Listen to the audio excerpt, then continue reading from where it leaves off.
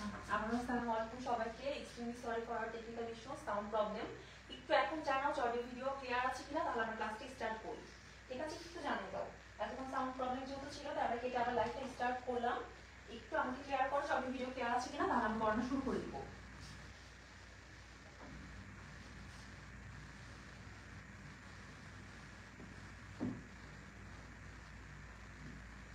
আচ্ছা, সাউন্ড কি ক্লিয়ার আছে এখন, নাকি এখন কম শোনা যায়? কেউ একজন কমেন্ট করো, সাউন্ড কি এখন ক্লিয়ার আছে নাকি সাউন্ড কম শোনা যাচ্ছে আগের মতো? সাউন্ড কম, এখন কম মনে হচ্ছে সাউন্ড?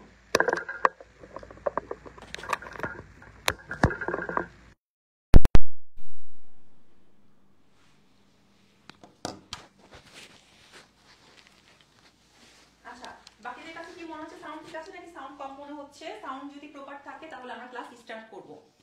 দেখো এখন কি সাউন্ড ঠিক আছে নাকি কম মনে হচ্ছে?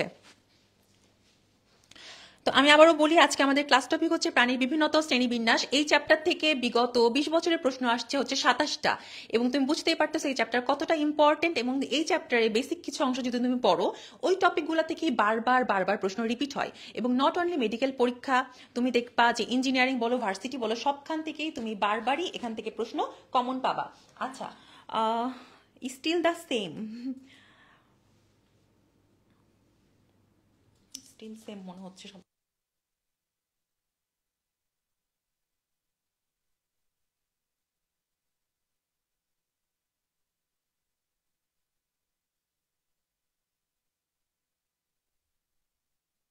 তাহলে আমরা ক্লাস স্টার্ট করি। তো ফার্স্টেই চলে আসি একদম আমাদের ফার্স্ট পেজে। এখান থেকে তো পড়ার কিছুই নাই, চলে আসি। দেখো আমাদের কি পড়তে হবে। আমাদের বিশাল এই প্রাণী জগৎকে বিভিন্ন ভাগে ভাগ করা হয়েছে। হইতে পারে সেটা আকার আকৃতির ভিত্তিতে, ক্লিভেজের ভিত্তিতে, সিলোমের ভিত্তিতে, অনেক ভাগে।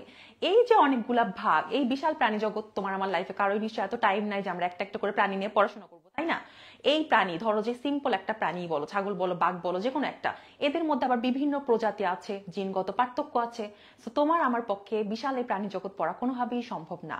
ঠিক যেমন একটা স্কুলে তুমি ইন্ডিভিজুয়ালি প্রত্যেকটা পার্সনকে তো স্টাডি করতে পারবা না, বা সবাইকে তুমি একসাথে পড়াতেও পারবা না। এই কারণে আমরা কি করি, কতগুলো গ্রুপে ভাগ করি, তাই না? আমরা স্কুলে দেখো এই যে ক্লাস 1 2 3 4 করে কতগুলা ক্লাসে ভাগ করি, তাদেরকে আবার কতগুলা সেকশনে ভাগ করি, ক খ গ ঘ, আমাদের নিজেদের সুবিধার্থে। তারপর আমরা ওই সেকশন গুলাকে পড়াই বা ওদের কাছ থেকে ফিডব্যাক নেই। সেম হচ্ছে আমাদের প্রাণী জগৎ। তো এইটা নিয়ে হচ্ছে আজকে আমাদের ক্লাসের টপিক, যে আমরা আমাদের প্রাণী জগৎকে কিভাবে ভাগ করলাম, এবং এই ভাগগুলোর মধ্যে ভাগ তো অনেকই আছে, বাট আমাদের ভর্তি পরীক্ষায় কোন ভাগগুলা ইম্পর্টেন্ট। শুধু মেডিকেল ভর্তি পরীক্ষা না, বোধ আমাদের ভার্সিটি বলো, ইঞ্জিনিয়ারিং বলো, কোন জায়গা থেকে প্রশ্নগুলা বারবার আসে এবং কোনটা দেখা যাচ্ছে তুমি খুবই ইজিলি মনে রাখতে পারবা।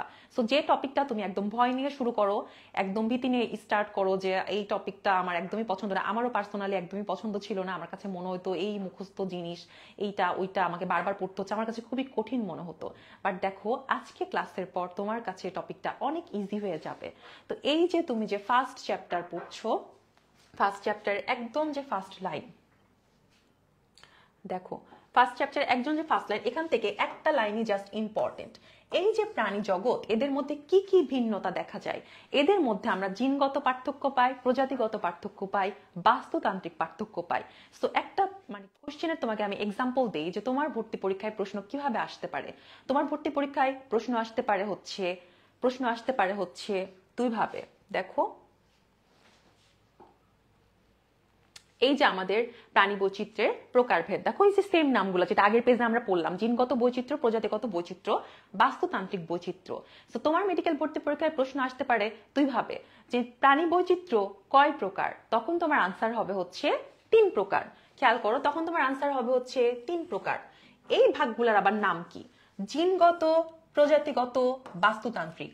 সো এগুলোর সাথে কি করবে, দেখো ইজিলি একটা অপশন বানাই, তোমাকে জিজ্ঞেস করবে নিচের কোনটা প্রাণী বৈচিত্র্যের প্রকারভেদ না। তখন তোমাকে কি করতে হবে, এই 3টা অপশন বাদ দিয়ে অন্য আরেকটা কোন অপশন আছে সেটা আইডেন্টিফাই করতে হবে। অথবা তোমাকে জিজ্ঞেস করতে পারে নিচের কোনটা প্রাণী বৈচিত্র্যের প্রকারভেদ, তখন 3টা নামই নতুন দিয়ে দিবে আর একটা নাম এখান থেকে নিবে। তাহলে আবারও খেয়াল করি, এখান থেকে আমাদের কি পড়তে হবে, জাস্ট ফার্স্ট ইনফরমেশনটা পড়তে হবে, সেটা হচ্ছে প্রাণী বৈচিত্র্য কয় প্রকার এবং ভাগগুলার নাম কি। এটা হচ্ছে জিনগত, প্রজাতিগত, বাস্তুতান্ত্রিক। এই নামটা আমাদেরকে পড়ে ফেলতে হবে এবং নামটা মনে রাখারও খুব ইজি একটা উপায় আছে। নামটা মনে রাখারও ইজি উপায় হচ্ছে আমরা কি দিয়ে মনে রাখবো? দেখো, আমরা মনে রাখবো পাবজি কথাটা দিয়ে। পতে হচ্ছে প্রজাতিগত, যতে হচ্ছে জিনগত, বতে হচ্ছে বাস্তুতান্ত্রিক। তো প্রাণী বৈচিত্র্য 3 প্রকার। পাবজি দিয়ে আমরা 3টা প্রকারভেদের নাম মনে রাখবো, সেটা হচ্ছে প্রজাতিগত, বাস্তুতান্ত্রিক, জিনগত। প্রজাতিগত, বাস্তুতান্ত্রিক, জিনগত। আশা করি এখন কারো সাউন্ডের প্রবলেম হচ্ছে না। স্টিল হলে আমাকে জানাতে পারো। আচ্ছা, দেখো এরপর আমরা চলে আসি। এরপর তো এই যে আমাদের এই প্রকারভেদগুলা, কেন কি এসব নিয়ে অনেক কথাবার্তা লেখা আছে, এগুলো ভর্তি পরীক্ষার জন্য নট ইম্পর্টেন্ট। তুমি যখন প্রথমবার পড়বা সেটাও আমি ক্লাসে বলে দিব যে তুমি কিভাবে পড়বা এবং কোন বই ফলো করবা, ঠিক আছে? এটা আমি বলে দিব। আচ্ছা, দেখো এখানে বলে আসছে যে কোনটার কি ইম্পর্টেন্স, নন ইম্পর্টেন্স, 2-3 পৃষ্ঠা জুড়ে এসব কথাবার্তা লেখা আছে। বাট প্রশ্ন আসে হচ্ছে যে লাইনটা আমি পড়ালাম, যে প্রাণী বৈচিত্র্য কয় প্রকার, 3 প্রকার এবং 3টা প্রকারের নাম, সেখান থেকে। আচ্ছা, এবার চলে আসি তোমাদের বইয়ে, আজমল স্যারের বইয়ে দেখো একটা বক্স দেয়া আছে 5 নাম্বার পেজে। এই বক্সে 16টার মতো ভাগ দেয়া আছে। এই ভাগটা আসলে কি? এটা হচ্ছে এই যে বিশাল এই প্রাণী জগৎকে বিভিন্ন কিছুর ভিত্তিতে বিভিন্ন ভাগে ভাগ করা যায়। তোমার আজমল স্যারের বই 16টার মতো ভাগ দেওয়া আছে, আলিম স্যারের বইও কাছাকাছি এরকম। আচ্ছা, আমরা আজকে জুওলজি পড়ছি। জুওলজি পড়ার ক্ষেত্রে আমরা মেইনলি আজমল স্যারের বইটাই ফলো করি। আজমল স্যারের বই হচ্ছে আমাদের ফার্স্ট রাইটার। আমরা সব ইনফরমেশন যা কিছুই পড়ি, আমি প্রেফার করি একজন রাইটারের বই থেকে ভালো মতো পড়ার। তুমি যদি একটা বই ভালো মতো পড়ো, তুমি কিন্তু সবই আনসার করতে পারবা। স্টিল দেখা গেছে তোমাদেরকে ভর্তি পরীক্ষার আগে আরেকটা রাইটারের বই থেকেও দেখায় দেওয়া হয় যে কোন কোন জিনিস নতুন এডিশন। বাট এখনকার ক্ষেত্রে তুমি যেহেতু ফার্স্ট স্টার্ট করছো, তুমি অবশ্যই সেই টপিকটাই সবচেয়ে ভালোভাবে পড়বা, মেইন রাইটারের বই ভালো মতো পড়বা। সো এই বই 16টার মতো ভাগ দেওয়া আছে। বিভিন্ন কিছুর বিভিন্ন ভাগের ভিত্তিতে প্রাণী জগৎকে বিভিন্ন ভাগে ভাগ করা যায়।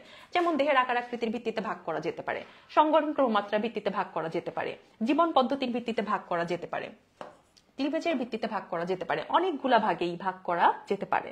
ঠিক আছে, তাহলে এই ভাগগুলার মধ্যে এখন আমাকে জানতে হবে ভর্তি পরীক্ষার জন্য ইম্পর্টেন্ট কোনগুলা ভাগ। তো 16টা, ঠিক আছে। ভর্তি পরীক্ষার জন্য ইম্পর্টেন্ট কোনগুলা ভাগ? ভর্তি পরীক্ষার জন্য ইম্পর্টেন্ট হচ্ছে 1 নাম্বার সংগঠন ক্রমমাত্রা, 4 ক্লিভেজ ও ভ্রূণীয় বিকাশ, মানে 2 নাম্বার সংগঠন ক্রমমাত্রা, 4 হচ্ছে ক্লিভেজ, 6 হচ্ছে প্রতিসাম্যতা, আর 12 নাম্বার সিলোম। এই 4টা টপিক আমাদের যে কোনো অ্যাডমিশন টেস্টের জন্য খুবই খুবই খুবই ইম্পর্টেন্ট। এই 4টা টপিক আমাদের স্কিপ করার কোনো সুযোগ নাই। এবং এই টপিকগুলো থেকেই তুমি যখন বিগত বছরের প্রশ্ন সলভ করবা, বোথ মেডিকেল ভার্সিটি, দেখবা বারবার প্রশ্ন আসছে। এখন তোমার মনে কোশ্চেন আসতে পারে, আপু তাইলে বাকি টপিকগুলো কি করব? দেখো, বাকি টপিকগুলো এতই ইজি যে তুমি যদি পড়ো তুমি এমনিই পারবা। আমি দেখাই দিব স্টিল। বাট দেখো, তোমাকে যদি মুখস্থ করতে হয়, ইফোর্ট দিতে হয়, রিভিশন দিতে হয়, কিছু কিছু টপিক থাকে না তুমি এমনিই পারো, ঠিক আছে? কিছু কিছু টপিক হচ্ছে তোমাকে পড়তে হচ্ছে না। যেমন দেহের আকার আকৃতি, আকার আকৃতির ভিত্তিতে আর কয় ভাগে ভাগ করা যাবে? 2 ভাগেই তো ভাগ করা যাবে, তাই না? বড় আর ছোট। যেখানে তোমার বইয়ে একটু পোশাকি ভাষায় লেখা হয়েছে আণুবীক্ষণিক আর হচ্ছে বৃহৎ আকার। তো এখানে তো তোমাকে ইফোর্ট দিয়ে মুখস্থ করার কিছু নাই, রিভিশন দেওয়ার কিছু নাই, এটা তুমি না পড়লেও পারো। সো এখান থেকে দেখা গেছে যেহেতু তোমরা পারোই, যে জিনিস পারো সেখান থেকে তো ভাবে করে এত ইজি টপিক থেকে তো তখন প্রশ্ন দেয় না। বাট এগুলো টপিকও যে কঠিন তা বলছি না, বাট প্রশ্ন আসে হচ্ছে সংগঠন ক্রমমাত্রা, ক্লিভেজ, প্রতিসাম্য এবং সিলোম থেকে। এগুলো তোমাকে A to Z মুখস্থ করতে হবে, একদম ঝাড়া মুখস্থ। এবং এই জায়গা থেকে প্রশ্ন আসে 3 টাইপে। একটা হচ্ছে প্রশ্ন আসবে কত প্রকার, প্রকারভেদগুলার নাম, প্রকারভেদগুলার এক্সাম্পল। জাস্ট লাইক দেখো, সংগঠন ক্রমমাত্রার ভিত্তিতে প্রাণী জগৎকে কয় ভাগে ভাগ করা হয়েছে, ভাগগুলার নাম কি, ভাগগুলার এক্সাম্পল কি, প্রশ্ন আসে এইভাবে। আবার সেম ক্লিভেজের ভিত্তিতে প্রাণী জগৎকে কয় ভাগে ভাগ করা হয়েছে, ভাগগুলার নাম কি, ভাগগুলার এক্সাম্পল কি। প্রতিসাম্যতার ভিত্তিতে প্রাণী জগৎকে কয় ভাগে ভাগ করা হয়েছে, ভাগগুলার নাম কি, ভাগগুলার এক্সাম্পল কি। তাহলে চলে আসি, আমরা পড়ে ফেলবো এখন এই টপিকগুলো আমরা পড়ে ফেলবো। আচ্ছা, তাহলে দেখো ফার্স্টেই যেটা বলছিলাম, দেহের আকারের ভিত্তিতে। দেহের আকারের ভিত্তিতে 2 ভাগে ভাগ করা যায়, একটা হচ্ছে আণুবীক্ষণিক, আরেকটা হচ্ছে তোমার আণুবীক্ষণিক, আরেকটা হচ্ছে আমাদের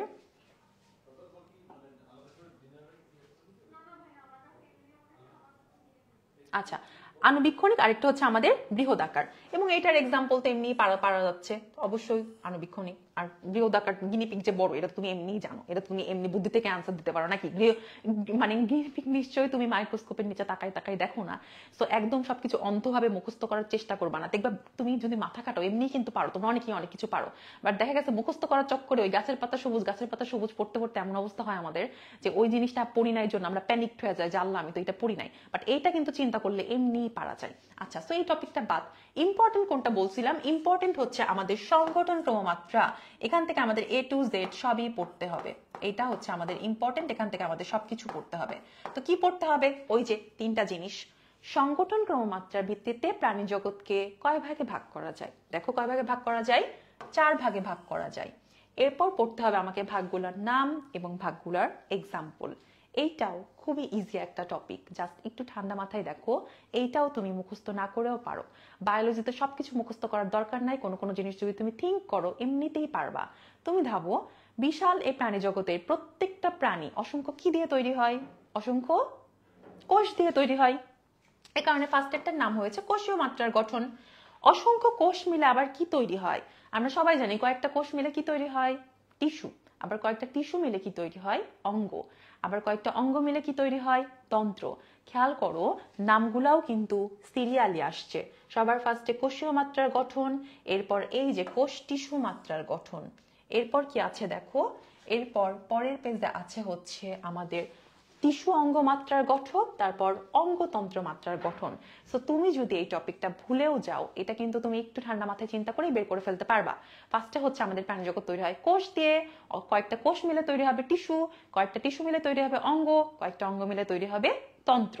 আর কি পড়তে হবে আমাদের? এখান থেকে এক্সাম্পল পড়তে হবে। অ্যান্ড এক্সাম্পলও কিন্তু খুবই ইজি, এক্সাম্পল পড়াও খুবই ইজি। দেখো কোষীয় মাত্রার গঠন, প্রথম নামটাই হচ্ছে আমাদের কোষীয় মাত্রার গঠন। সো কোষীয় মাত্রার গঠনের এক্সাম্পল কি? পরিফেরা, যেটা আমাদের 1 নাম্বার পর্ব। তুমি যখন পৃষ্ঠা উল্টায় উল্টায় পর্ব বের করবা 20-21 নাম্বার পৃষ্ঠার দিকে, দেখবা সবার ফার্স্টেই নাম লেখা আছে পরিফেরা। নামগুলো কিন্তু সিরিয়ালি আসছে, আমাদের যদিও সিরিয়ালি মনে থাকে না, বাট আমি তোমাকে সাজেস্ট করব অবশ্যই 5-6 বার সিরিয়ালি পড়ে ফেলতে। তুমি যখন 5-6 বার সিরিয়ালি পড়ে ফেলবা, দেখবা তোমার জন্য অনেক টপিক ইজি হয়ে যাচ্ছে। সিরিয়ালি বলতে ফার্স্টে পরিফেরা, পরিফেরার পরে কি থাকে? নিডারিয়া, তারপর প্লাটিহেলমিনথেস, নেমাটোডা, মলাস্কা, অ্যানিলিডা। এভাবে তুমি যদি সিরিয়ালি মনে রাখো, সিরিয়ালি মনে রাখা খুব ডিফিকাল্ট কিছু না ভাইয়ারা, তুমি জাস্ট দেখবা যে বইগুলো 4-5 বার পড়বা, দেখবা যে মনে থাকে। আচ্ছা, বারবার পড়তে হবে অবশ্যই, পড়ার কোনো বিকল্প নাই। তো একদম ফার্স্ট 1 নাম্বার ভাগের এক্সাম্পল হচ্ছে 1 নাম্বার পর্ব। তারপর দেখো আমরা চলে আসি 2 নাম্বার ভাগ, কোষ টিস্যু মাত্রার এক্সাম্পল 2 নাম্বার পর্ব। তাহলে 1-এর এক্সাম্পল 1 নাম্বার পর্ব, 2-এর এক্সাম্পল হচ্ছে 2 নাম্বার পর্ব। এরপর দেখো চলে আসি 3 নাম্বার, 3-এর এক্সাম্পল 3 নাম্বার ভাগের এক্সাম্পল হচ্ছে প্লাটিহেলমিনথেস, যেটা আমাদের 3 নাম্বার পর্ব। এরপর কি আছে আমাদের? দেখো অঙ্গতন্ত্র গঠন মাত্রার প্রাণী। অঙ্গতন্ত্র গঠন মাত্রার প্রাণী কি লেখা আছে? অধিকাংশ পর্বে। তো তুমি তোমার বইয়ের পাশে লিখে ফেলবা 4 থেকে 9 পর্যন্ত সবাই।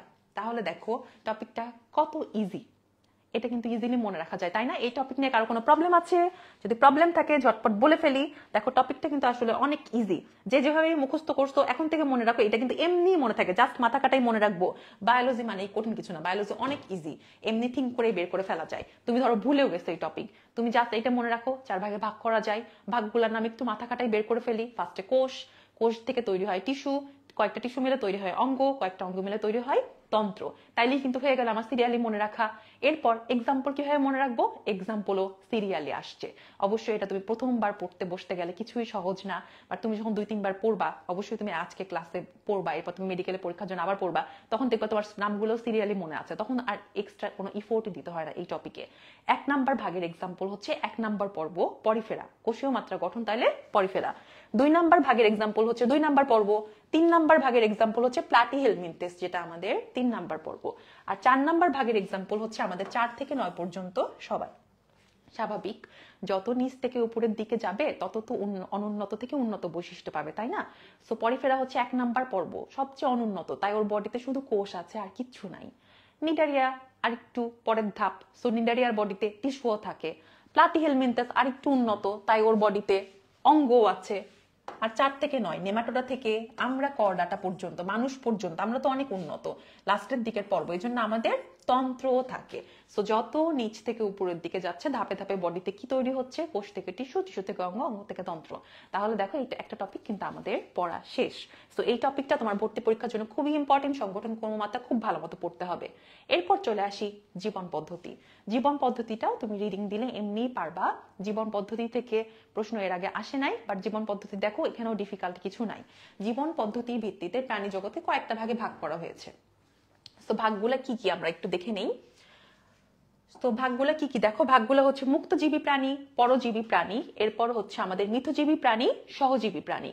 মুক্তজীবী, পরজীবী, মিথজীবী, সহজীবী। কোনটা কি? মুক্তজীবী মানে হচ্ছে আমি তুমি, যারা কারো উপর নির্ভর করি না, আমরা নিজে থেকেই পুষ্টি পাই, আমরা আমাদের খাবার নিজে থেকেই গ্রহণ করি, আমরা কিন্তু কারোর উপর নির্ভরশীল না। কিন্তু কৃমি বা এই যে মানুষের মাথায় উকুন থাকে, ওরা কি সেম? ওরা কি আসলে কারোর উপর নির্ভর করে না? এই যে দেখো, কৃমি কিন্তু তোমার বডি থেকে পুষ্টি পেয়ে বেঁচে থাকে, তাই না? উকুনও সেম, তোমার মাথা থেকে পুষ্টি শুষে নিয়ে সে বেঁচে আছে, যাদের আছে আর কি। তো এরা কি, এই যে উকুন, এই যে কৃমি, এরা হচ্ছে পরজীবী, কারণ পরের উপর নির্ভর করে আছে, তাই এরা হচ্ছে পরজীবী। আমরা মুক্ত, স্বাধীন, ইন্ডিপেন্ডেন্ট, তো আমরা কারোর উপর নির্ভর করে নাই, তাই আমরা হচ্ছি মুক্তজীবী। আরো নিউ এডিশনের বই দুইটা আছে, নাম আছে, সেটা হচ্ছে মিথজীবী আর সহজীবী। এরা কি? মিথজীবীর নামটা তুমি আগেও শুনে আসছো, তুমি পড়ে আসছো না হাইড্রাতে? হাইড্রা আর শৈবাল হচ্ছে মিথজীবী প্রাণী, তাই না? দুইজনই দুজনের থেকে উপকার পাচ্ছে, সেটাকে আমরা বলি মিথজীবী। আর সহজীবীটা কি? একসাথে অবস্থান করতেছে, বাট কেউ কারো থেকে উপকার পাচ্ছে না, বাট ক্ষতিগ্রস্তও হচ্ছে না, সেটাকে আমরা বলি হচ্ছে সহজীবী। বাট পরজীবীতে কিন্তু উকুন উপকার পায়, মানুষ হচ্ছে ক্ষতিগ্রস্ত হয়, মানুষের পুষ্টি চলে যাচ্ছে, তাই না? এর জন্য পরজীবী কিন্তু ক্ষতিকর। বাট সহজীবী হচ্ছে দুজনে সহ সহ অবস্থান করতেছে, বেসিক্যালি তুমি নাম থেকে এটা এমনিই পারবা, পাশাপাশি অবস্থান করতেছে, সহ অবস্থান করতেছে, তাই সহজীবী। মিথজীবী কি? দুজনের মধ্যে ফ্রেন্ডশিপ আছে, দুজনে দুজনের থেকে উপকার করতেছে, ওরা বেস্ট ফ্রেন্ডস, ওরা হচ্ছে মিথজীবী। আমরা হচ্ছে মুক্তজীবী, কারোর উপর নির্ভরশীল না। আর পরজীবী হচ্ছে ওই যে খারাপ গুলা, পরের উপর নির্ভর করে থাকে, তো পরজীবী। কৃমি, লার্ভা, এখান থেকে পড়ার কিছু নাই। ইম্পর্টেন্ট কি দেখো, ইম্পর্টেন্ট হচ্ছে ক্লিভেজ। ক্লিভেজ আবার আমাদের খুবই খুবই খুবই ইম্পর্টেন্ট একটা টপিক। এখান থেকে মেডিকেল ভর্তি পরীক্ষায় প্রশ্ন চলে আসছে। তো এখান থেকেও কি পড়তে হবে দেখো, এখান থেকেও পড়তে হবে হচ্ছে ক্লিভেজের ভিত্তিতে প্রাণী জগৎকে কয় ভাগে ভাগ করা হয়েছে, ভাগগুলার নাম কি, ভাগগুলার এক্সাম্পল কি। ক্লিভেজের ভিত্তিতে প্রাণী জগৎকে কয় ভাগে ভাগ করা হয়েছে, ভাগগুলার নাম কি, ভাগগুলার এক্সাম্পল কি। এবং এই যে তোমার সবগুলা প্রাণী কি দিয়ে প্রথমে সবার কি হয়, এককোষী জাইগোট থেকে তৈরি হয়, তাই না? ফার্স্টে কি হয়, আমাদের ডিম্বাণু শুক্রাণু মিলে জাইগোট তৈরি হয়। এই যে আমাদের যে পুংজনন কোষ, স্ত্রী জনন কোষ, মানে ডিম্বাণু আর শুক্রাণু মিলে জাইগোট তৈরি হয়। এই জাইগোট, এটা হচ্ছে এককোষী, এই জাইগোটটা হচ্ছে এককোষী। এখন এককোষী জাইগোট দিয়ে তো আমার প্রাণী গঠন সম্ভব না, তাই না? প্রাণী হতে হলে আমাকে মাস্ট কি হতে হবে, বহুকোষী হতে হবে। আমার হাত পা তৈরি করতে হবে, মাথা তৈরি করতে হবে, আমাকে অনেক কিছু তৈরি করার আছে। তো এক কোষ দিয়ে তো আমার কাজ নাই, আমাকে বহুকোষ তৈরি করতে হবে। তো এই বহুকোষ আমি কিভাবে তৈরি করব? বারবার বারবার বারবার বারবার মাইটোসিস বিভাজন করে করে করে করে আমরা বহুকোষে পরিণত করব। তো এই যে এককোষী জাইগোট থেকে যে প্রক্রিয়ার মাধ্যমে বহুকোষী প্রাণী পরিণত হচ্ছে, সেটাকেই বলা হয় ক্লিভেজ। তো যারা এতদিন ক্লিভেজ নিয়ে কনফিউশনে ছিল যে ক্লিভেজ এই জিনিসটা আবার কি, তারা দেখো, এই যে হরদের আমরা অনেক কি করি, আমরা হচ্ছে যখন কোনো অকেশনে বা দেখা গেছে যে কখনো হচ্ছে ধরো যে এই যে কেক কাটি, তো এই কেকটা তো একটা সিঙ্গেল কেক ছিল, তাই না? বা বরফি বা হালুয়া কাটি, সেটাকে আমরা কি করি, কেকটাকে পিস পিস পিস পিস করি না, অনেকগুলা বানাই, কারণ একটা হইলে তো কেউ খেতে পারবে না। তো এই যে আমাদের কেক কাটার প্রসেস, অনেকগুলা পিস করার প্রসেস, এটাই সাপোজ এটাই হচ্ছে তোমার ক্লিভেজ। কারণ এক কোষ থেকে এই যে এক কোষ থেকে আমাকে বহু কোষ বানাতে হবে, তাহলে এই যে আমি তাকে বারবার বারবার বিভাজন করলাম বা কাটলাম, এই প্রসেসটাকেই বলা হয় হচ্ছে আমার ক্লিভেজ। তাহলে এটা জাস্ট তোমার জানার জন্য বললাম, যাদের ধারণা ক্লিয়ার ছিল না, কনসেপ্ট ক্লিয়ার ছিল না ক্লিভেজ নিয়ে, তাদের জন্য। বাট ভর্তি পরীক্ষাতে তো তোমাকে জিজ্ঞেস করবে না যে ক্লিভেজ কাকে কি বলে, আমাকে বুঝাই বলো। ভর্তি পরীক্ষায় কি জিজ্ঞেস করবে, ক্লিভেজ কয় প্রকার, ক্লিভেজের এক্সাম্পল কি, আর হচ্ছে নিচের কোনটা কোন ক্লিভেজ। আচ্ছা, তাহলে দেখো ক্লিভেজ কয় প্রকার। চলে আসি ভ্রূণীয় কোষের ভবিষ্যৎ পরিস্ফুটনের ভিত্তিতে। ভ্রূণীয় কোষের ভবিষ্যৎ পরিস্ফুটনের ভিত্তিতে ক্লিভেজ হচ্ছে 2 প্রকার। আবার একটু নিচেই লেখা আছে বিভাজন তলের ভিত্তিতে ক্লিভেজ 3 প্রকার। তো এটা তোমার জন্য একটা ট্রিকি প্রশ্ন, তোমাকে খেয়াল করে এখানে আনসার দিতে হবে। এখান থেকে তোমাকে পেঁচাই দেওয়ার সম্ভাবনা বেশি, যে কারণে ভর্তি পরীক্ষায় প্রশ্ন চলে আসে ক্লিভেজ কয় প্রকার, তাহলে 2 নাকি 3, এটা তুমি কিভাবে আনসার করবা?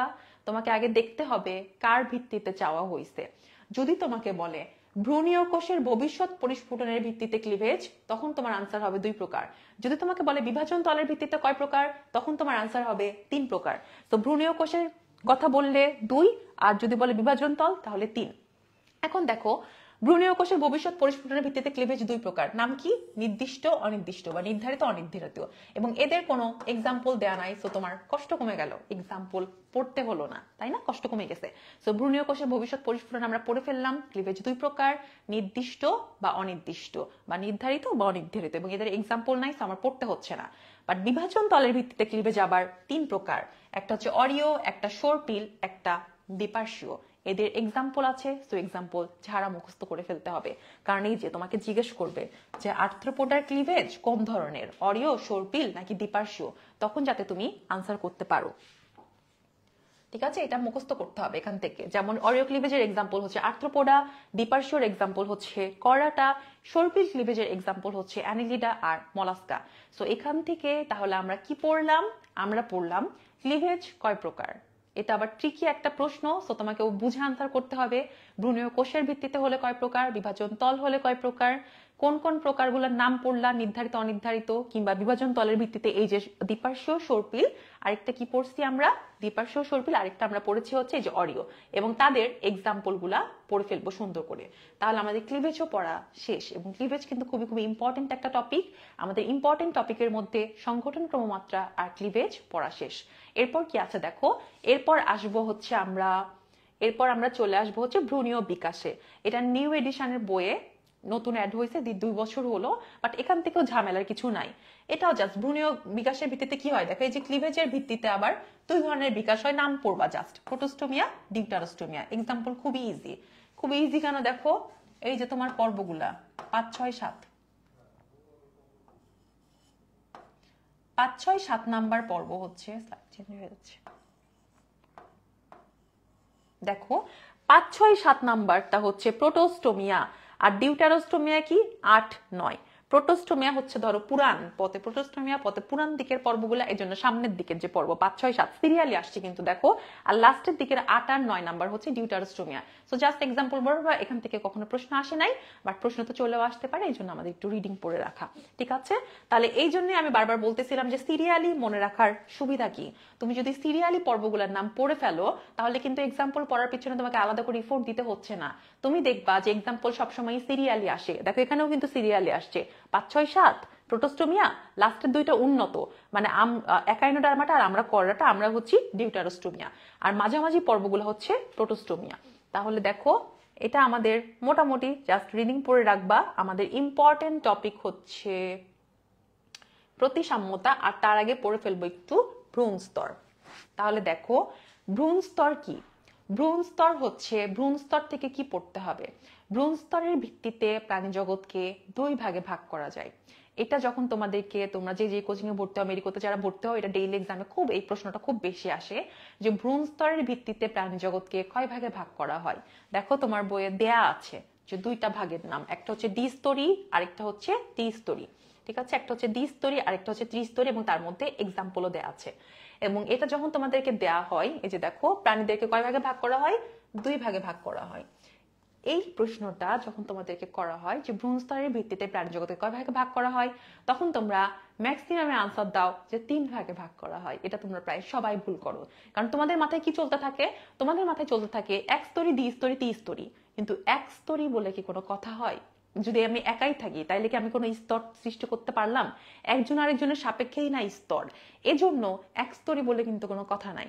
কি বলা হয়েছে? একটা হচ্ছে দ্বিস্তরী, আরেকটা হচ্ছে তোমার ত্রিস্তরী। 2টা স্তর, 3টা স্তর, একটা যেটা সেটা তো সিঙ্গেল লেয়ারই, ওটা কোনো স্তরের কোনো অস্তিত্বই নাই। সো তোমাকে এখান থেকে কি পড়তে হবে? পড়তে হবে দ্বিস্তরীর এক্সাম্পল, ত্রিস্তরীর এক্সাম্পল এবং তাদের পার্থক্য। দ্বিস্তরীর এক্সাম্পল খুব ইজি, দেখো জাস্ট 2 নাম্বার পর্ব, এই যে নিডারিয়া তুমি হাইড্রা পড়ে আসছো সেকেন্ড চ্যাপ্টারে, সেই 2 নাম্বারটাই হচ্ছে জাস্ট দ্বিস্তরী। আর ত্রিস্তরীর এক্সাম্পল কি? বাদ বাকি সবাই 3 থেকে 9 পর্যন্ত, 3 থেকে 9 পর্যন্ত সবাই হচ্ছে ত্রিস্তরীর এক্সাম্পল। এবং এদের মধ্যে একটা পার্থক্যের বক্স দেওয়া আছে, পার্থক্যের বক্স খুবই ইম্পর্টেন্ট। যে কোনো ভর্তি পরীক্ষায়, প্লাস মেডিকেল ভর্তি পরীক্ষা, যেখানেই তুমি কোনো বোল্ড লাইন পাবা, পার্থক্যের ছক পাবা, এবং অধ্যায়ের লাস্টের এমসিকিউ মাস্ট মাস্ট মাস্ট, কোনোভাবেই স্কিপ করার কোনো সুযোগ নাই। কারণ এই জিনিসগুলা চোখে পড়ে বেশি, সো প্রশ্ন হয় বেশি। যে কোনো অধ্যায়ের বোল্ড লাইন বলো এবং পার্থক্যের ছক বলো, যেহেতু চোখে বেশি পড়ে, সো প্রশ্ন চলে আসে বেশি। এই ছকটা খুবই খুবই খুবই ইজি, দেখতে মনে হচ্ছে যে না জানি কি, পড়তে টাইম লাগবে, বাট তুমি চিন্তা করো দ্বিস্তরীর এক্সাম্পল কি বললাম, হাইড্রা, তাই না? তুমি পড়ে আসছো সেকেন্ড চ্যাপ্টারে। আর ত্রিস্তরীর এক্সাম্পল কি, 3 থেকে 9 পর্যন্ত সবাই, তার মানে হচ্ছে 3 থেকে আমরা করডাটা পর্যন্ত সবাই। সো তুমি যদি হাইড্রার সাথে মানুষকে পার্থক্য করো তাইলেই তো তোমার ছক পড়া হয়ে যাচ্ছে, তাই না? সো তুমি কি মানুষে কখনো শুনে আসছো যে মানুষের নেমাটোসিস থাকে, মানুষের পলিপ মেডুসা দশা থাকে, মানুষের মেসোগ্লিয়া থাকে? এইসব কথাবার্তা তো তুমি কখনো শুনো নাই। সো এগুলো থাকবে না। দেখো ত্রিস্তরীতে এগুলো নাই, ত্রিস্তরীতে মেসোগ্লিয়া নাই, মানে মানুষের মেসোগ্লিয়া নাই, মানুষের পলিপ মেডুসা দশা নাই, মানুষের ক্ষেত্রে নেমাটোসিস্ট নাই। সো তুমি জাস্ট কি পড়বা, দেখো দ্বিস্তরীর ক্ষেত্রে তুমি মনে রাখবা হাইড্রা, আর ত্রিস্তরীর ক্ষেত্রে তুমি মনে রাখবা হচ্ছে মানুষ। তাইলেই কিন্তু তোমার এই ছক পড়া শেষ। তো এই ছক পড়া তোমার জন্য খুবই খুবই ইজি। আচ্ছা, মানুষ আর হচ্ছে হাইড্রা, এটা পড়লে আমাদের এটা পড়া শেষ। যেমন দেখো আর কি বলা হয়েছে, এখানে হচ্ছে তোমার 2টা স্তরে বিন্যস্ত হয়, দ্বিস্তরী তো 2টা স্তরে বিন্যস্ত হবে, আর ত্রিস্তরী এটা হচ্ছে 3টা স্তরে বিন্যস্ত হয়। এরা কোনো টিস্যু বা অঙ্গ গঠন করতে পারে না, এরা উন্নত 3 থেকে 9, সো এরা পারবে। এদের ক্ষেত্রে থাকে সিলেন্টেরন, তুমি হাইড্রাই পড়ে আসছো। আর মানুষের ক্ষেত্রে থাকবে হচ্ছে সিলোম। জাস্ট 6 নাম্বার পয়েন্টে একটু খেয়াল করে পড়বা, বাকি সব দেখো তুমি এমনিতেই পারো, সব তুমি এমনিতেই পারো। তুমি হাইড্রাতে পড়ে আসছো যে হাইড্রাতে মেসোগ্লিয়া থাকে, নেমাটোসিস থাকে। হাইড্রা তুমি যখন একটু পরে নিডারিয়া পড়বা তখন তুমি দেখবা হাইড্রাতে পলিপ মেডুসা দশাও থাকে। বাট মানুষের আশা করি তুমি এইসব কথা কখনোই শুনো নাই। সো ত্রিস্তরীর সাথে এই বৈশিষ্ট্যগুলোকে প্যাচ বাঁধানোর কোনো দরকার নাই, সিম্পল ওয়েতে মনে রাখবা যা কিছু মানুষে থাকে সেটাই ত্রিস্তরীর বৈশিষ্ট্য, যা কিছু মানুষে নাই সেটা দ্বিস্তরীর বৈশিষ্ট্য। তাহলে দেখো এটা আমাদের পড়া শেষ। এরপর চলে আসে আমাদের খুবই খুবই খুবই খুবই ইম্পর্টেন্ট একটা টপিক, মেডিকেল ভর্তি পরীক্ষার জন্য। আমাদের বিগত বছরগুলোতে এখান থেকে এই সিঙ্গেল টপিক থেকে 2টা প্রশ্ন চলে আসছে, এবং সো এই টপিকটা খুবই ভালো মতো পড়তে হবে, একদম ঝাড়া মুখস্থ করতে হবে। প্রতিসাম্যতার ভিত্তিতে প্রাণী জগৎকে কয় ভাগে ভাগ করা হয়েছে, সবার প্রথম প্রশ্ন হচ্ছে এটা। এরপর ভাগগুলোর নাম পড়তে হবে, ভাগগুলোর এক্সাম্পল পড়তে হবে, এবং প্রত্যেকটা ভাগেই প্রায় 3টা বা 2টা করে এক্সাম্পল। সো তোমাকে 3টা করে এভাবে করে 13-14টা এক্সাম্পল পড়ে ফেলতে হবে, যে কারণে এটা তোমাকে রিভিশন দেওয়ার প্রয়োজন পড়ে। ঠিক আছে, তো এই টপিকটা প্রথমেই চলে আসি। প্রতিসাম্যতার ভিত্তিতে প্রাণী জগৎকে কয় ভাগে ভাগ করা যায়? 5 ভাগে। খেয়াল করো 5টা নাম: গোলীয় প্রতিসাম্যতা, অরীয়, দ্বিঅরীয়, এরপর হচ্ছে দ্বিপার্শ্বীয়, অপ্রতিসাম্য। সো 5টা নাম আমাদের পড়ে ফেলতে হচ্ছে: গোলীয়, অরীয়, দ্বিঅরীয়, দ্বিপার্শ্বীয়, আর লাস্টে হচ্ছে অপ্রতিসম। তাহলে প্রতিসাম্যতার ভিত্তিতে প্রাণী জগৎকে কয় ভাগে ভাগ করা যায়? 5 ভাগে ভাগ করা যায়। 5টা ভাগের নাম পড়ে ফেললাম। আর কি পড়ে ফেলবো এখন? এই 5টা ভাগের এক্সাম্পল পড়ে ফেলবো। সো সবার প্রথমে আসি, দেখো আমরা গোলীয় প্রতিসাম্যতা। দেখো 3টা এক্সাম্পল দেয়া আছে গোলীয় প্রতিসাম্যতা, একটা হচ্ছে ভলভক্স, একটা হচ্ছে রেডিওলারিয়া, আর একটা হচ্ছে হেলিওজোয়া। এখন এই 3টা এক্সাম্পল আমরা একটা ট্রিক্সের মাধ্যমে মনে রাখবো, আমরা একটা ছন্দের মাধ্যমে মনে রাখবো। সেই বাচ্চাকালে পড়া ছন্দ ভোর হলো। ভোর হলো দিয়ে দেখো কি মনে রাখা যায়, এই 3টা নাম মনে রাখা যায়। ভিতে হচ্ছে ভলভক্স, আরতে হচ্ছে রেডিওলারিয়া, হলোতে হচ্ছে হেলিওজোয়া। তোমার মেডিকেল ভর্তি পরীক্ষায় প্রশ্ন আসবে যে নিচের কোনটা গোলীয় প্রতিসাম্যতার এক্সাম্পল, কিংবা নিচের কোনটা গোলীয় প্রতিসাম্যতার এক্সাম্পল না। এই 3টার সাথে ইজিলি আরেকটা নাম অ্যাড করে খুব ভালো মতো একটা প্রশ্ন বানাই ফেলবে। সো এই 3টা নাম তোমাকে খুব ভালো মতো পড়তে হবে যে গোলীয় প্রতিসাম্যতার এক্সাম্পল কোন 3টা। এরপর চলে আসি অরীয় প্রতিসাম্যতা। অরীয় প্রতিসাম্যতার এক্সাম্পল মনে রাখার জন্য আমরা আরেকটা ট্রিক্স ফলো করব, সেটা হচ্ছে স্থির জলে হাইড্রা। সি মানে সমুদ্র বুঝাইছে আর কি, সমুদ্র জলে হাইড্রা বা স্থির জলে হাইড্রা। সিতে কি হবে দেখো, সিতে হবে হচ্ছে সি অ্যানিমেন, জলেতে জেলিফিশ, হাইড্রা দিয়ে হচ্ছে hydra. Sea anemone, jellyfish, hydra. তাহলে অরীয় প্রতিসাম্যতার 3টা এক্সাম্পল, সেটা আমাদের পড়া হয়ে গেল। কি দিয়ে মনে রাখবো আমরা? স্থির জলে হাইড্রা। এরপর চলে আসি দ্বিঅরীয় প্রতিসাম্য। তোমার বইয়ে দ্বিঅরীয় প্রতিসাম্যর 2টা এক্সাম্পল দেয়া, 2টাই সি কথাটা দিয়ে। সো সিতে কি? সিতে হচ্ছে টিনোফোরা, সিতে হচ্ছে সিওলোপ্ল্যানা। সো সি দিয়ে আমরা 2টা এক্সাম্পল মনে রাখবো। সিতে হচ্ছে টিনোফোরা, সিতে হচ্ছে সিওলোপ্ল্যানা। সো একটু পড়বো, একটু খেয়াল করে পড়বো যে সিতে টিনোফোরা, কিন্তু বাংলা উচ্চারণ কিন্তু সিনেটোফোরা না, টিনোফোরা। তো তুমি যদি আবার পরীক্ষার হলে বাংলা দেখে পাগলের মতো সিনেটোফোরা খুঁজতে থাকো, তাহলে কিন্তু কোনো লাভ নাই। তোমাকে কি মনে রাখতে হবে? বাংলা উচ্চারণ টিনোফোরা, ইংলিশে থাকে সিনেটোফোরা। সো সি দিয়ে আমরা দ্বিঅরীয়। সো 2টা এক্সাম্পল, দিয়ে 2টা এক্সাম্পল। প্রথম 3টাতে পড়ছিলাম 3টা এক্সাম্পল, দিয়ে হচ্ছে 2টা এক্সাম্পল। সি দিয়ে মনে রাখবো টিনোফোরা আর সিওলোপ্ল্যানা। এরপর হচ্ছে দ্বিপার্শ্বীয় প্রতিসম। এইটা মনে রাখা খুবই ইজি। যা কিছু মাঝখান দিয়ে কাটলে সমান 2 ভাগে ভাগ হয় সেইটাই দ্বিপার্শ্বীয় প্রতিসম। এটা পড়ার জন্য আমার মনে হয় না কোনো ছন্দ বা ট্রিক্সের প্রয়োজনীয়তা আছে, তারপরও দেয়া আছে, বাট তুমি একটু সিম্পলি থিঙ্ক করো যে যেটাকে তুমি মাঝ দিয়ে কাটলে সমান 2 ভাগে ভাগ হবে সেটাই তো দ্বিপার্শ্বীয় প্রতিসম, তাই না? তো মানুষকে মাঝখান দিয়ে কাটলে সমান 2 ভাগে ভাগ হয় নাকি হয় না? ভাগ হয়। তাহলে মানুষ দ্বিপার্শ্বীয় প্রতিসম।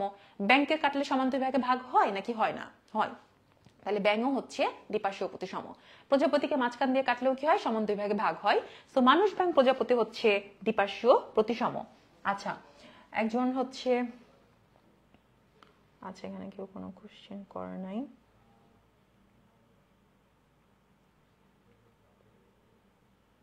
আচ্ছা, একজন জিজ্ঞেস করেছিল যতগুলো অনলাইন এক্সাম দিয়েছো সব প্রশ্ন মেইন বই থেকে আসে? সবসময় তোমার প্রশ্ন মেইন বই থেকে আসবে, ঠিক আছে? মেইন বইয়ের বাইরে আর কিছু নাই।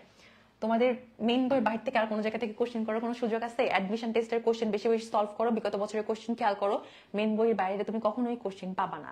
সো তোমাকে যে এক্সামিনার থাকবে সে সুন্দর মতো ওখানে তোমার বইয়ের দোকানে যাবে, মেইন বই একটা কিনবে, মেইন বই থেকেই প্রশ্ন করবে। সো মেইন বই পড়ার কোনো বিকল্প নাই। ওনাদের হাতে তো আছেই মেইন বই, তাই না? স্টিল তাহলে মনে হতে পারে যে কেন আপু আমরা চান্স মিস করি, কেন আমরা পারি না, কেন হয় না। আসলে এত এত ইনফরমেশন পরে মনে রাখা গেল তোমরা অনেক বেশি প্যানিকড হয়ে যাও। তোমরা এইটা ওইটা, এই শিট ওই শিট অনেক কিছু পড়তে থাকো। সো দেখা গেছে যে মেইন বইয়ের ইনফরমেশনে আমরা সব থেকে বেশি ভুল করি। আর পরীক্ষার হল তো একটা অন্যরকম জায়গা, এটা নিয়ে তো বলার কিছুই নাই, তাই না? তো চলে আসি, আমরা এই কথাগুলো আবার বলবো পরে। তো দ্বিপার্শ্বীয় প্রতিসাম্য আমাদের পড়া শেষ। চলে আসি আমরা অপ্রতিসাম্যতা। অপ্রতিসাম্যতার কয়টা এক্সাম্পল? অপ্রতিসাম্যতার হচ্ছে 2টা এক্সাম্পল মনে রাখার জন্য আমরা মনে রেখেছি শ্বাস কথাটা, সাথে শামুক, আর একটা সাথে হচ্ছে স্পঞ্জ। তাহলে এর সাথে সাথে আমাদের প্রতিসাম্যতা পড়া কিন্তু শেষ। প্রতিসাম্যতা থেকে কারো কোনো কোশ্চেন আছে কিনা করে ফেলো। আমাদের আর ছোট্ট একটু পোর্শনই বাকি আছে, সিলম আর বাকি অংশ। আবারও বলি, প্রতিসাম্যতা 5 প্রকার, 5টা ভাগের নাম পড়বা, বাংলা ইংলিশ নাম সুন্দর করে পড়ে ফেলবা। যেমন আমরা কি পড়লাম বাংলায়? গোলীয় প্রতিসাম্যতা, অডিও, দ্বি অডিও, তারপর হচ্ছে দ্বিপার্শ্বীয় প্রতিসাম্যতা, আর হচ্ছে অপ্রতিসম। বাট তোমাকে কিন্তু পড়তে পরীক্ষায় ইংলিশ টার্ম দিয়েও প্রশ্ন চলে আসতে পারে যে নিচের কোনটা স্ফেরিক্যাল সিমেট্রি, নিচের কোনটা বাইরেডিয়াল সিমেট্রি, নিচের কোনটা রেডিয়াল সিমেট্রি। সো এইটা তোমাকে যেন তুমি তখন পেঁচাই না ফেলো বা প্যানিকড না হয়ে যাও যে স্ফেরিক্যাল মানে আবার কি। খুবই সিম্পল, গোলীয়, তুমি পারো কিন্তু। বাট দেখা গেছে পরীক্ষার হলে আমাদের সবকিছু অনেক ভয় লাগে। পরীক্ষার হলে তো সবই ভয় লাগে, তাই না? একটা এমসিকিউ এর গোল্লা ফিল আপ করতেও মনে হয় যে বাইরে দিয়ে দাগ চলে যাচ্ছে কিনা। সো এই জন্য তুমি একটু আগে থেকে একটু বাংলা ইংলিশ নাম দেখে রাখবা। এর সাথে সাথে আমাদের এক্সাম্পল পড়া শেষ। এখান থেকে এক্সাম্পল থেকে আরো কোনো প্রশ্ন আছে?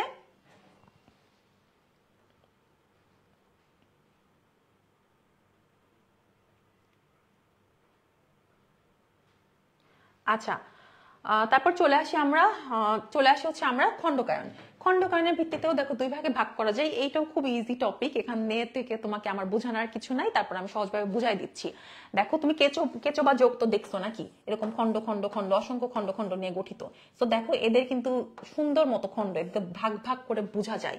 তো এদেরকে কি বলা হয়? এদেরকে বলা হয়, এদের বডিতে হচ্ছে সমখণ্ডকায়ন বা প্রকৃত খণ্ডকায়ন থাকে। যেমন অ্যানেলিরা পর্বের কেঁচো একদম সমান সমান ভাগ। বাট আমাদের বডিতে যে ভাগ, এটা কি সমান সমান? আমার মাথার হাতের সাইজ কি সেম? আমার পা আর হাত কি সেম? বলো, সেম তো না। তো মানুষ আর পতঙ্গে আমরা কি দেখতে পাই? অসম খণ্ডকায়ন। মানে আমাদের বডির খণ্ডকায়ন গুলো কিন্তু সমান সমান না। এই জন্য আমরা হচ্ছে অপ্রকৃত খণ্ডকায়ন বা ভিন্ন বা অসম খণ্ডকায়ন বিশিষ্ট। আর কেঁচোর কিন্তু সমান সমান ভাগ, তাই ওরা হচ্ছে সমখণ্ডকায়ন বিশিষ্ট। আর আবার কোনো কোনো প্রাণী আছে যাদের কোনো খণ্ডই নাই, তাদেরকে আমরা বলতে পারি হচ্ছে অখণ্ডকায়িত। এটা খুবই সিম্পল একটা টপিক, সেখান থেকে প্রশ্ন আসে না। আচ্ছা, চলে আসি নিচের কোনটিতে অপ্রতিসাম্যতা দেখা যায়। দেখি ঝটপট আনসার করে ফেলি, কে কেমন বুঝছি দেখি। একদম ঝটপট আনসার করে ফেলি, বুঝতে না পারলে আবার হচ্ছে রিপিট করব।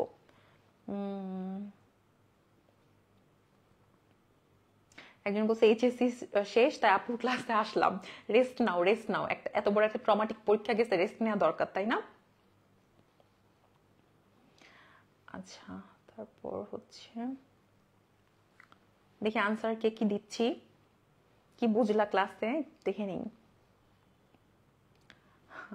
আচ্ছা, নিচে কোনটিতে অপ্রতিসাম্যতা দেখা যায়? অলরেডি সবাই আনসার করা শুরু করে দিছে। হ্যাঁ, আনসার ঠিক আছে। আনসার হচ্ছে কি হবে? ডি হবে, তাই না? শামুক আর স্পঞ্জ। আমরা পড়ে ফেলছি শ্বাস কথাটা দিয়ে যে অপ্রতিসাম্যতা আমরা কোথায় দেখতে পাই? শামুক আর স্পঞ্জে। তাহলে আনসার হচ্ছে আমাদের ডি। আচ্ছা, এরপর চলে আসি, কোষ টিস্যু সংগঠন মাত্রা দেখা যায় কোনটিতে? সংগঠন ক্রমমাত্রা থেকে আসা প্রশ্ন তোমাদের ভর্তি পরীক্ষাতেও কিন্তু প্রশ্ন এরকমই থাকবে, ইজি থাকবে। আমরা কঠিন কঠিন জিনিস পড়তে যে সহজ সহজ জিনিস ভুল করি। আমরা ভাবি যে না জানি কি আসবে ভেতর থেকে এই সেই, বাট সবসময় কি হয়, কিছু প্রশ্ন 65 থেকে 70 প্রশ্ন দেখবে একদম ইজি, সুপারফিশিয়াল। তাহলে দেখো আনসার করে ফেলি যে নিচে কোনটিতে কোষ টিস্যু দেখা যায় কোনটিতে। ফার্স্টে আমাদের কি ছিল? কোষীয় সংগঠন মাত্রা, তারপর কোষ টিস্যু, তারপর অঙ্গ, তারপর তন্ত্র। তাহলে এখন বলে ফেলি কি হবে আনসার। কোষ টিস্যু আমাদের কয় নাম্বার ভাগ ছিল? আমাদের কোষ টিস্যু 2 নাম্বার ভাগ, তাই না? কোষ টিস্যু ছিল হচ্ছে আমাদের 2 নাম্বার ভাগ। তাহলে এক্সাম্পল কি হবে? 2 নাম্বারটা হবে, কারণ 2 নাম্বার পর্ব হচ্ছে আমাদের নিডারিয়া। আনসার সবাই কারেক্ট দিয়েছি, যাদের ভুল হচ্ছে কোনো সমস্যা নাই, ঠিক হয়ে যাবে ইনশাল্লাহ।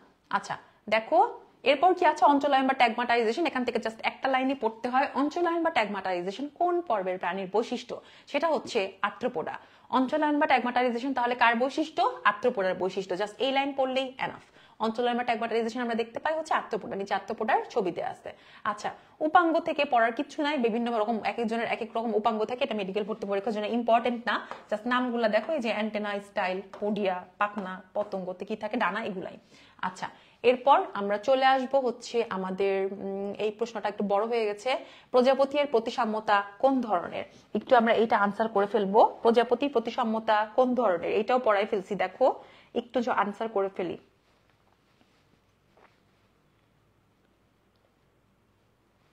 অপশনগুলো দূরে দূরে হয়ে গেছে, তাই না? কোথায় পড়ে আসছে আমরা প্রজাপতি? আমরা প্রতিসাম্যতা 5 প্রকার পড়ছি, তার মধ্যে প্রজাপতি কোথায় ছিল?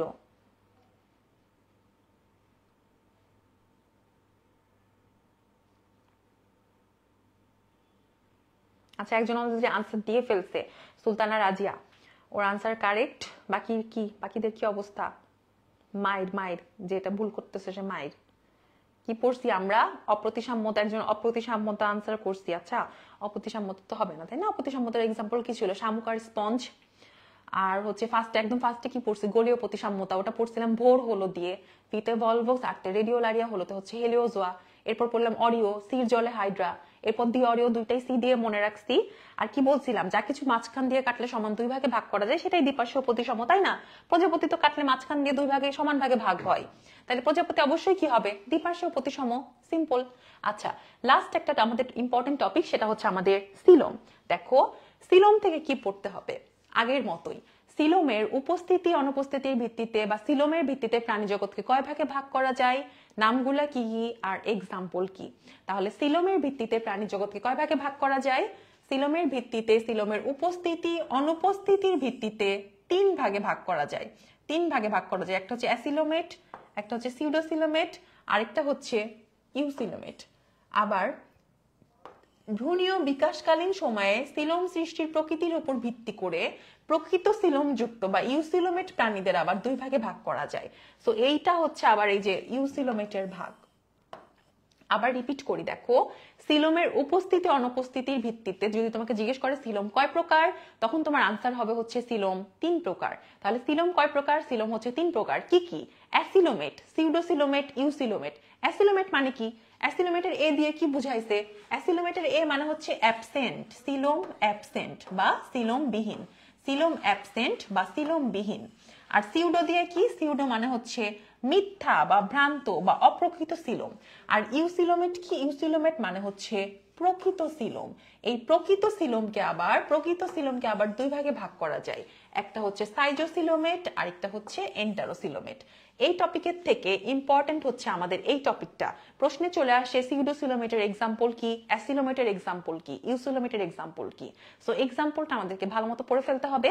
দেখো অ্যাসিলোমেটের জাস্ট 2টাই এক্সাম্পল দেয়া, একটা হচ্ছে প্লাটিহেলমিনথেস আর একটা হচ্ছে নেমার্শিয়া। আমরা পিএন কথাটা দিয়ে মনে রাখবো, প্লাটিহেলমিনথেস আর একটা হচ্ছে নেমার্শিয়া, 2টা এক্সাম্পল। সিউডোসিলোমেটের বা অপ্রকৃত সিলোমেটের, সিউডোর অপর নাম কি? সিউডোসিলোমেটের অপর নাম হচ্ছে মিথ্যা সিলোম। সো তোমার মেডিকেল ভর্তি পরীক্ষায় প্রশ্ন এভাবেও চলে আসতে পারে যে নিচের কোনটা মিথ্যা সিলোম বা অপ্রকৃত সিলোম, তার এক্সাম্পল কি। দেখো সিউডোসিলোমেটের 3টা এক্সাম্পল দেয়া, আমরা মনে রাখবো একটা ফলের নাম দিয়ে, সেটা হচ্ছে নারিকেল। নারিকেল, নতে নেমাটোডা, রতে রোটিফেরা, কতে হচ্ছে কিনোরিঙ্কা। নতে নেমাটোডা, রতে রোটিফেরা, কত হচ্ছে কিনোরিঙ্কা। আর বাদ বাকি আল্লাহ দুনিয়া যা কিছু আছে এই পিএন আর নারিকেল বাদ দিয়ে সবকিছু কার এক্সাম্পল হবে? ইউসিলোমেটের, তাই না? আর তো কিছুই নাই, সবকিছু কার এক্সাম্পল হবে? ইউসিলোমেটের এক্সাম্পল হবে। লাস্টের দিকে সব উন্নত পর্ব, দেখো মলাস্কা থেকে, আর্থ্রোপোডা থেকে, আমরা থেকে, 5 নাম্বার থেকে শুরু করে সব শেষের দিকের পর্বে হচ্ছে ইউসিলোমেট। জাস্ট পিএন প্লাটিহেলমিনথাস আর নেমার্শিয়া হচ্ছে তোমার অ্যাসিলোমেট, আর নেমাটোডা রোটিফেরা কিনোরিঙ্কা হচ্ছে সিটোসিলোমেট। বাদ বাকি সবই কিন্তু ইউসিলোমেটের এক্সাম্পল। এই ইউসিলোমেটকে আবার দুই ভাগে ভাগ করা যায়। ইউসিলোমেটকে আবার দুই ভাগে ভাগ করা যায়, কি কি দেখো, সাইজোসিলোমেট আর আরেকটা হচ্ছে এন্টারোসিলোমেট। সাইজোসিলোমেটের এক্সাম্পল কি? সাইডোসিলোমেটের এক্সাম্পল হচ্ছে আগের মতো 5, 6, 7। আমরা প্রোটোস্টোমিয়ার এক্সাম্পল পড়ছিলাম না 5, 6, 7 দিয়ে। সাইডোসিলোমেটের এক্সাম্পলও হচ্ছে 5, 6, 7। আর এখানে কি আছে, এন্টারোসিলোমেটের এক্সাম্পল হচ্ছে 8 আর হচ্ছে 9। সো তুমি বুঝতেই পারতেছো 5, 6, 7, 8, 9 এই পর্বগুলা কিন্তু তোমার প্রকৃত সিলোম বা এন্টারোসিলোম। সরি স্যার, বারবার স্লাইড চেঞ্জ হয়ে যাচ্ছে। আচ্ছা দেখো, তাহলে আমরা এই টপিকটা কি বুঝতে পারছি যে আমাদের লাস্টের দিকে 5 থেকে 9 পর্যন্ত সবাই হচ্ছে আমাদের ইউসিলোমেট বা প্রকৃত সিলোমেট। তার মধ্যে 5, 6, 7 হচ্ছে আমাদের সাইজোসিলোমেট, আর 8 আর 9 হচ্ছে আমাদের এন্টারোসিলোমেট। আর সামনের দুইটার কি পড়ছিলাম, অ্যাসিলোমেট, সিলোমবিহীন, সিলোম অ্যাবসেন্ট। অ্যাসিলোমেটের এক্সাম্পল কি ছিল? অ্যাসিলোমেটের এক্সাম্পল হচ্ছে প্লাটিহেলমিনথাস আর নেমার্শিয়া। সিউডোসিলোমেটের এক্সাম্পল হচ্ছে নারিকেল। তাহলে কিন্তু আমাদের সিলোম পড়া শেষ। এরপর কি আছে দেখো, সিলোমের গুরুত্ব, সিলোম থাকলে কি না থাকলে কি, এটা জাস্ট রিডিং পড়বা। এখান থেকে তোমাকে পড়ানোর কিছু নাই। যে বর্জ্য পদার্থ নাই, ঘর্ষণের হাত থেকে রক্ষা করে, পুষ্টি, এগুলো কথাবার্তা লেখা আছে। আচ্ছা, নটোকর্ড, নটোকর্ডের ভিত্তিতে প্রাণী জগৎ কয় ভাগে ভাগ করা যায়? দুই ভাগে, তাই না? একটা হচ্ছে আমাদের নন কর্ডেট, আরেকটা কি কর্ডেট, যেটা হচ্ছে আমাদের নেক্সট ক্লাসের টপিক। এই নন কর্ডেট আর কর্ডেট যাদের নটোকর্ড থাকবে, এই নটোকর্ডটা কি দিয়ে প্রতিস্থাপিত হয় পরবর্তীতে? মেরুদণ্ড দিয়ে। তো তোমার আমার মেরুদণ্ড আছে নাকি নাই? আছে তো নাকি? পিঠে একটা মেরুদণ্ড আছে। সো এই মেরুদণ্ড যাদের থাকে আমরা হচ্ছে কর্ডেট, যাদের মেরুদণ্ড নাই তারা হচ্ছে নন কর্ডেট। সো এই যে তুমি পরিফেরা নিডারিয়া থেকে শুরু করে একাইনোডার্মাটা পর্যন্ত পড়তেছো, যেটা আমাদের নেক্সট ক্লাসের টপিক, সেটাই হচ্ছে আমাদের নন কর্ডেট। আর আমরা যাদের মেরুদণ্ড থাকে তারা হচ্ছে কর্ডেট, যেটা হচ্ছে আমাদের লাস্ট ভাগ। ঠিক আছে? তাহলে নন কর্ডেটের এক্সাম্পল হচ্ছে আমরা পরিফেরা থেকে শুরু করে একাইনোডার্মাটা পর্যন্ত, আর কর্ডেট হচ্ছে শুধুমাত্র আমরা। বাট যেহেতু কর্ডেট আমরা, তো আমাদেরকে ডিটেইলস পড়তে হয়। এগুলো জাস্ট রিডিং পড়বা। এখান থেকে ভর্তি পরীক্ষায় প্রশ্ন কখনো আসে নাই, বাট রিডিং পড়ে রাখা। বাট ইম্পর্টেন্ট হচ্ছে, তোমাকে শুরুতেই বলছিলাম, ইম্পর্টেন্ট হচ্ছে আমাদের ওই 4টা টপিক যেটা কোনোভাবেই মিস করা যাবে না। সেটা হচ্ছে কি, আবারও বলি, সংগঠন ক্রমমাত্রা, তারপর হচ্ছে তোমার ক্লিভেজ, প্রতিসাম্যতা, সিলোম। বাদ বাকিগুলা জাস্ট রিডিং। আচ্ছা, এখান থেকে কি পড়তে হবে দেখো, এখান থেকে পড়তে হবে হচ্ছে আমাদের ট্যাক্সন কি। এই যে তুমি যখন এইচএসসি তে কি করতাম, আমরা এইচএসসি তে অনেক কিছু, আমরা একটা প্রাণী শ্রেণী বিন্যাস লিখতে দিলে অনেক কিছু লিখতাম না? Kingdom, phylum, class, order, family, অনেক কিছু লিখতাম। তো এই যে আমরা kingdom, phylum, class, order, family, genus, species লিখতাম, এর প্রত্যেকটা দেখো গুণে দেখো কয়টা হয়। Kingdom, phylum, class, order, family, genus, species 7টা হয়। এই 7টা হচ্ছে আমার শ্রেণীবিন্যাসের আবশ্যিক ধাপ। তাহলে শ্রেণীবিন্যাসের আবশ্যিক ধাপ কয়টা? 7টা। কি কি? Kingdom, phylum, class, order, family, genus, species. এবং এই প্রত্যেকটা ধাপকে এক একটা কি বলা হয়? এক একটা ট্যাক্সা বা ট্যাক্সোন বলা হয়। এক একটা ট্যাক্সা বা ট্যাক্সোন বলা হয়। তুমি কিন্তু ইচ্ছা করলে এলোমেলো লিখতে পারো না। তোমার মন চাইলে কি তুমি জেনাস উপরে আর কিংডম নিচে লিখতে পারো? তা কিন্তু পারি না। আমরা একটা প্যাটার্ন ফলো করি, তাই না? তো এই যে আমরা প্যাটার্ন ফলো করে সবার উপরে লিখি হচ্ছে কিংডম, তারপর লিখি ফাইলাম, তারপর লিখি ক্লাস, অর্ডার, ফ্যামিলি, এটাকেই বলা হয় হচ্ছে একটা হায়ারার্কি। একটা হায়ারার্কি মেইনটেইন করে আমরা লিখি, একের পর একজনকে লিখি। সো এই পেজ থেকে তোমাকে কি পড়তে হবে? 3টা জিনিস পড়তে হবে। শ্রেণীবিন্যাসের আবশ্যিক ধাপ কয়টা? 7টা। প্রত্যেকটা ধাপকে কি বলা হয়? ট্যাক্সা বা ট্যাক্সন। আর এই যে আমরা একের পর এককে বিন্যস্ত করে লিখতেছি, সেটাকে বলা হয় হায়ারার্কি। দেখো এই যেভাবে আমরা সাজায় লিখি। এবং শ্রেণীবিন্যাসের মূল ভিত্তি কি? শ্রেণীবিন্যাসের মূল ভিত্তি বা একক হচ্ছে প্রজাতি। আচ্ছা, সো চলে আসে আমরা নামকরণ টপিকে। নামকরণ টপিক থেকে জাস্ট 2টা লাইন পড়তে হবে। একটা হচ্ছে দ্বিপদ নামকরণের প্রবর্তককে, আর একটা হচ্ছে ত্রিপদ নামকরণের প্রবর্তককে। দ্বিপদ নামকরণের প্রবর্তক তোমরা সবাই পারো, সেটা হচ্ছে ক্যারোলাস, লিনিয়াস। আলাদা করে পড়তে হবে ত্রিপদ নামকরণের প্রবর্তককে। সো ক্যারোলাস, লিনিয়াস হচ্ছে আমাদের দ্বিপদ নামকরণের প্রবর্তক, আর আমাদের ত্রিপদ নামকরণের প্রবর্তক হচ্ছে পাখি বিজ্ঞানী স্লেজেল। ঠিক আছে? পাখি বিজ্ঞানী স্লেজেল। তাহলে দেখো, এর সাথে সাথে আমাদের আজকের পড়ার টপিক কিন্তু শেষ। এগুলো প্রয়োজনীয়তা, এখান থেকে জাস্ট রিডিং, কিছু নাই পড়ার। আমাদের আজকের পড়ার টপিকটা কিন্তু শেষ। এখানে অনেকগুলা নাম লেখা আছে। এই হচ্ছে তোমাদের পরবর্তী ক্লাসের টপিক, যেটা বলেছিলাম যে তোমার সিরিয়ালি তুমি যখন পেজ উল্টাবা দেখবে Porifera, Cnidaria, Platyhelminthes, Nematoda, Mollusca, Annelida, Arthropoda তুমি সিরিয়ালি পাবা। সো এই নামগুলো আমরা চেষ্টা করব কয়েকবার করে পড়ে ফেলতে। এবং আমাদের সব খুবই খুবই ইম্পর্টেন্ট একটা টপিক হচ্ছে নন কর্ডাটার বৈশিষ্ট্য, নন কর্ডাটার বৈশিষ্ট্য, যেটা আমাদের নেক্সট ক্লাসে আমরা নন কর্ডাটার বৈশিষ্ট্য পড়বো, নন কর্ডাটার পর্বগুলা পড়বো এবং তাদের আবার যে ভাগগুলা, তাদের হচ্ছে যে বৈশিষ্ট্যগুলা, পরিফেরার বৈশিষ্ট্য, নিডারিয়ার বৈশিষ্ট্য, এগুলো আমরা পড়ে ফেলবো। দেখো তার আগে একটা প্রশ্ন আনসার করে ফেলি, সিলোমবিহীন পর্ব কোনটা? আমরা একদম আমাদের ক্লাসের লাস্ট পর্যায়ে চলে আসছি, এরপর আমাদের ক্লাস দেখো শেষ। আচ্ছা, সিলোমবিহীন পর্ব কোনটা? একটু ঝটপট আনসার করে ফেলি। সিলোমবিহীন মানে কি ছিল, কি বলছিলাম? অ্যাসিলোমেট মানে কি? এ ফর অ্যাবসেন্ট, তাহলে অ্যাসিলোমেট মানে হচ্ছে আমাদের সিলোমবিহীন পর্ব। তাহলে সিলোমবিহীন পর্বের এক্সাম্পল কি পড়ে আসছি আমরা?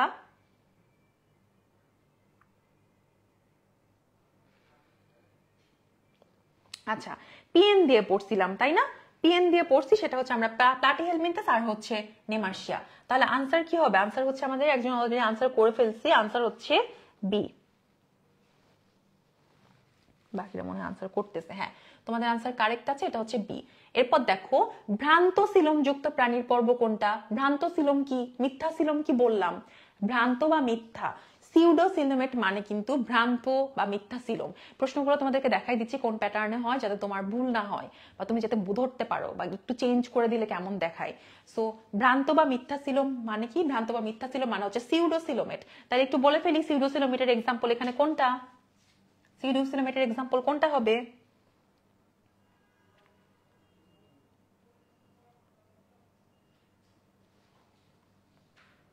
কি পড়ছি আমরা সিউডোসিলোমেটের এক্সাম্পল? নারিকেল দিয়ে মনে রেখেছিলাম তাই না? নারিকেল। নতে হচ্ছে নেমাটোডা, রতে রোটিফেরা, কতে কিনোরিঙ্কা। তাহলে আনসার কি হবে? আনসার হচ্ছে বি, নেমাটোডা। আচ্ছা, এই হচ্ছে দেখো আমাদের শ্রেণীবিন্যাসের আবশ্যিক ধাপ 7টা। মনে রাখার জন্য আমরা পড়ে ফেলতে পারি কেপিক অফ জিএস। কেতে কিংডম, পিতে ফাইলাম, সিতে ক্লাস, অর্ডার ফ্যামিলি, জিতে হচ্ছে জেনাস, এসতে হচ্ছে স্পেসিস। সবচেয়ে বড় কোনটা? কিংডম। ফাইলামের সংখ্যা কয়টা? 33টা। প্রধান হচ্ছে 9টা। ওই যে পরিফেরা, নিডারিয়া থেকে আমরা কর্ডাটা পর্যন্ত, এরা হচ্ছে প্রধান। আর শ্রেণীবিন্যাসের মূল ভিত্তি বা একক কি? এটা হচ্ছে আমাদের প্রজাতি। তাহলে এখান থেকে আমাদের এই ইনফরমেশনটুকুই পড়তে হবে যে ফাইলাম 33টা, প্রধান হচ্ছে 9টা। দেখো এগুলো হচ্ছে প্রধান পর্ব, যেগুলো তুমি বই পেজ উল্টালে তুমি যেগুলো পড়ে আসছো, পরিফেরা, নিডারিয়া, প্লাটিহেলমিনথেস থেকে আমরা কর্ডাটা পর্যন্ত। ঠিক আছে, এটা হচ্ছে আমাদের নেক্সট ক্লাসের টপিক, নন কর্ডাটা প্রাণীর শ্রেণীবিন্যাস। আচ্ছা, এর সাথে সাথে আজকে আমাদের এই টপিকটা পড়ানো শেষ, আমাদের ক্লাসটা আমরা শেষ করেছি। কারো কোনো সমস্যা আছে কিনা, কারো কোনো প্রশ্ন আছে কিনা এই টপিক রিলেটেড, তাহলে একটু জানাও। পরীক্ষা কিভাবে দিবে, এমসিকিউ কি হবে, এগুলো জানিয়ে দেওয়া হবে পরে। বাট হচ্ছে তোমার কোনো এই টপিক রিলেটেড কোনো প্রবলেম আছে কিনা সেটা আমরা একটু জানিয়ে ফেলি, কারো কোনো প্রশ্ন থাকলে।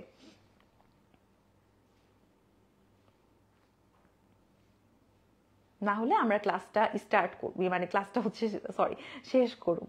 ঠিক আছে,